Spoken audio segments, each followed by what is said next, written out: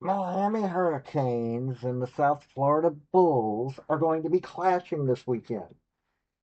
Now, if Miami is wanting to prove that they have dominance in the state of Florida, which they want to prove because, hey, they play Florida State every year, they play Florida, I think, pretty much every year.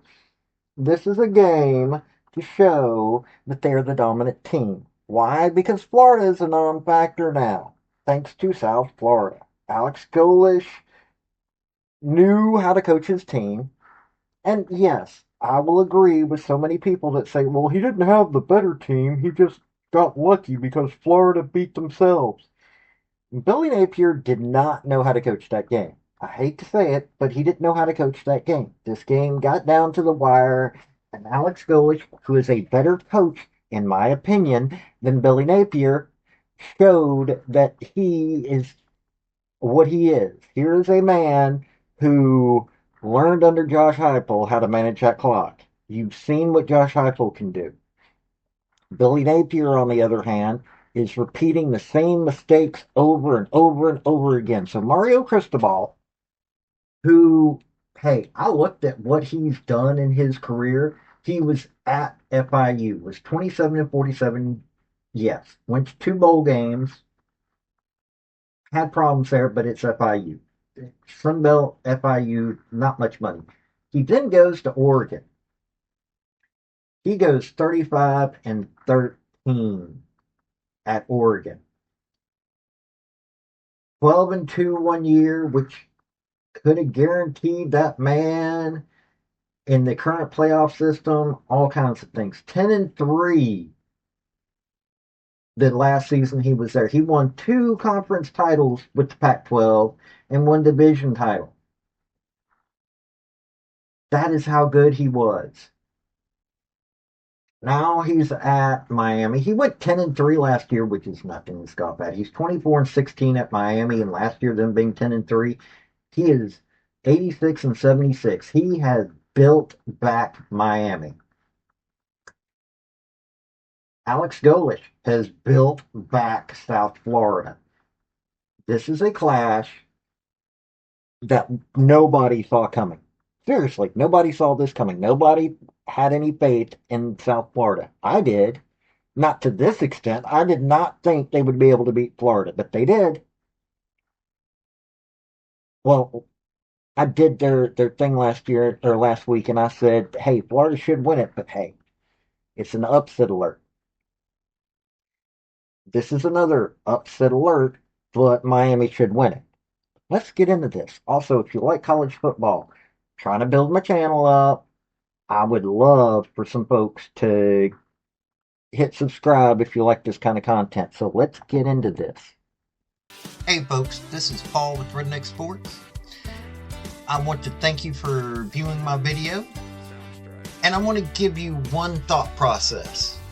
There was a famous coach at the University of Tennessee by the name of General Robert Nealon. He had 6 maxims, but number 2 maxim is what everybody should apply to their life.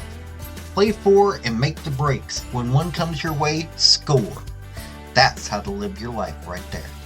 Okay, so South Florida is the visiting team. Let's get into their stats, not just their wins. Byron Brown, leading passer, 473 yards. He's 39 of 60, 65% completion rate, has 1 TD by air, been sacked 5 times. Think about that. Sacked 5 times. But he still got 473 through the air. After playing Florida, after playing Boise State. Lachlan Hewlett, his backup, 1 for 1, got a TD in there. Now, Myron Brown is also the leading rusher, 109 yards, 31 rushes, 109 yards, 2 TDs by rushing. Cortavious Norton, 13 rushes, 39 yards, 1 TD. Now, mind you, they've also got Alvin Isaac, who's not getting a lot of love because he hasn't gotten a TD, but the man has got a 49-yard run. He's 8 rushes, 88 yards. That is impressive. Receivers, Deshaun Singleton, 7 receptions, 168 yards along a 66, 2 TDs. Unfortunately, that's the only 2 TDs that there is. Chaz Nimrod, though, 6 receptions, 120 yards, along at 55. He's showing why everybody loved him at State of Tennessee. Chaz Nimrod, great wide receiver, but he's been getting better looks this year at South Florida. Now, the leading tackler is Jalen Schuler, 21. Now, mind you, that's more than the leading tackler at Alabama. And Alabama has only played one ranked team. Because Chenault has, a cornerback, has gotten an interception. Now, they've gotten 2 sacks on the year, deflected 7 passes, got an interception, forced 2 fumbles, and recovered 3 fumbles. Jalen Schuler has got 21 tackles. Mac Harris, 18. Deshaun Rucker, 17. Tavin Ward, 14. Jarvis Lee, 10. They're in double digit. They're in better territory than when I was reading Alabama defensive players. Not to mention Jalen Schuler's got 2 pass deflections. He's a linebacker. Mac Harris has got a sack. It's only for 1 yard, but it's still a sack against who he was there. Oh, and also Jalen Schuler's also got a fumble return or recovery. Think about that for a minute. Ira Singleton, fullback. He's only got 2 tackles, but he's got 2 fumble recoveries. Yeah, this is a team that has tightened themselves up, have got a decent defense for who they are, with what they're working with. Their offense is firing on all pistons. And Byron Brown, if you haven't heard that name before, you should be listening. This is a multi-threat quarterback, and he's got the weapons on top of that. He could still pass it to Alvin Isaac, and he has been. Even though he probably needs to carry a little bit less, but still, he's still passing. He's got Deshaun Singleton, Chaz Nimrod, Alvin Isaac's even caught 5. Medea Rubens caught 8. Christian Neptune 5. This is a multifaceted offense with a defense that is pretty tight. That's something that can get scary really quickly. Now, Miami, who's already beaten Notre Dame 27-24. Now, that was a tight game. Now, yeah, they whooped up on Bethune-Cookman 45-3. Think about that for a second. It was only 45-3. Bethune-Cookman is not that good compared to what Miami's supposed to be. You look at their stats. Carson Beck being their quarterback, very experienced quarterback. Everybody knows the name. Plus, he came there for his girlfriend. Carson Beck's 42 of 55, 472 yards, 76.4 completion rate. He's thrown 4 TDs, only been sacked once. Now, his backup, 8 of 12, 66.7%, not thrown a TD. He was sacked twice. So that offensive line's probably not holding as good as it needs to, though they did face Notre Dame. Running back, Mark Fletcher Jr., 152 yards, 26 carries, 2 TDs. Charmar Brown, 22 carries, 89 yards, 2 TDs. Gerard Pringle Jr., 2 rushes, 36 yards, a TD. So they've got 5 rushing TDs.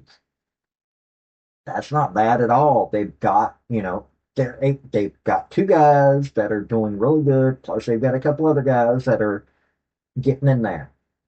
Malachi Tony, leading in yards, 12 receptions, 162 yards, got a touchdown.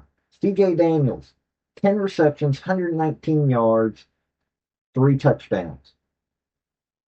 So they've got a pretty balanced offense. But they mainly focus on 2 of their running backs, 2 of their wide receivers.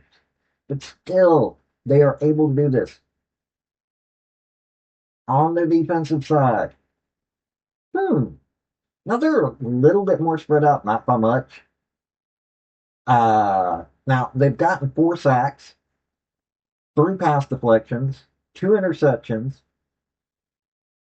3 forced fumbles, and 2 fumble returns or fumble recoveries. Reuben Blaine Jr. has got 9 tackles. He's the leading tackler with 9 tackles. Gotten 1.5 sacks, got an interception, ran it for 12 yards, but and he forced a fumble. This is a defensive lineman that's doing it all. That's the name you should hear. Muhammad Toure, this dude's got 8 tackles, not much else. Akeem Mesidor's only got 7 tackles, but he's got 1.5 sacks himself. 10-yard thing there. So Bryce Fitzgerald, the defensive back, has got 1 tackle, but he's also got an interception. So this is a team that is fairly balanced, but they're doing not bad. Let's put it that way. They're doing not bad on defense, just not tackling as much. Means people can get through a little bit. But, you know, look at other Notre Dame. Notre Dame's a good team. And they were able to stop them at 24 points. So, yeah, they've got a pretty tough defense. Their offense, pretty good. They got a lot of weapons there. Honestly, well balanced team. It's a Mario Cristobal team. I'm not going to complain about this team. This is a Miami of old kind of team, minus the fact of the rap sheets. That's the only thing missing from this being a Miami Hurricanes of old. And I'm liking what I'm seeing here. Yeah, their defense could probably have a few more tackles, but you never can tell. Okay, I'm not going to go real wild here. Yes, Miami's got the better team, got more money in it. They're, but at the same time, South Florida's not bums. You've seen that beating Boise State. Now that was a home game, but then they go to the swamp. Supposedly one of the scariest places to go to.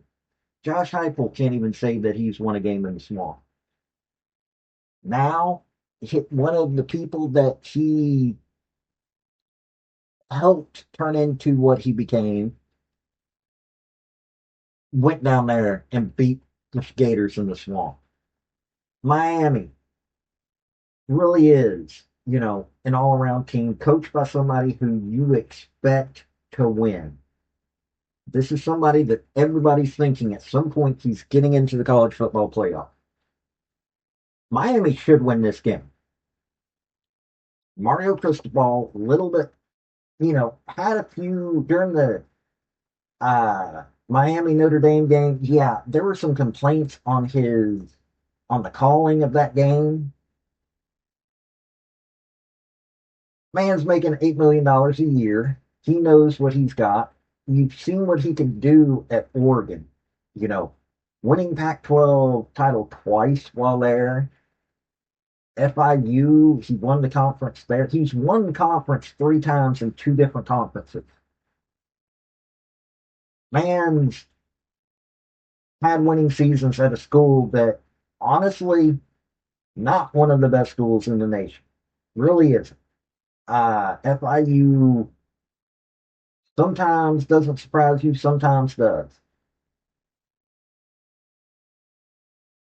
This is a team that is geared towards getting to the college football playoffs in a conference that right now the team that everybody's saying should go back and become the AAC or the ACC champion again most likely won't. So they've got a shot at being the ACC champion, playing a team from the AAC. There we go. That's why I keep saying AAC, the American Athletic Conference, that right now is a prohibitive favorite to get into the college football playoff just by 2 wins. And they haven't even faced their toughest competition in their conference. Yes, Miami should win this game. But Alex Golish knows how to frustrate opposing coaches.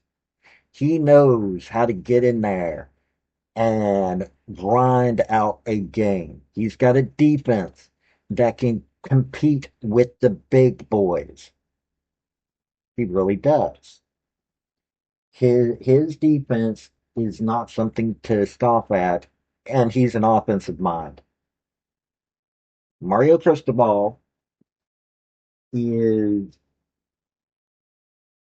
an offensive mind as well, but he's got a pretty decent defense for what they've done so far. It'll be better, but here's a guy that not just Oregon. He also is one of Nick Saban's uh, acolytes. He knows what it means to be at Miami because he was there as a graduate assistant, as tight end coach, offensive line coach. He was at Rutgers. Okay, that's what it is. But he's shown that he can win at the highest levels. So expect a really good game. But Miami right now has already had the wake up call because of Florida. I expect this to go down to be a good game. I'm not going to predict much past it. Miami should win this game. Um, that's all I can say because I don't care what they give you at the odds makers. This is going to be a good game. This has been Paul with Redneck Sports. Y'all have a good day now. Bye. I want to thank you for watching my video. And if you like what you saw, like, subscribe, and comment. Y'all have a good day now.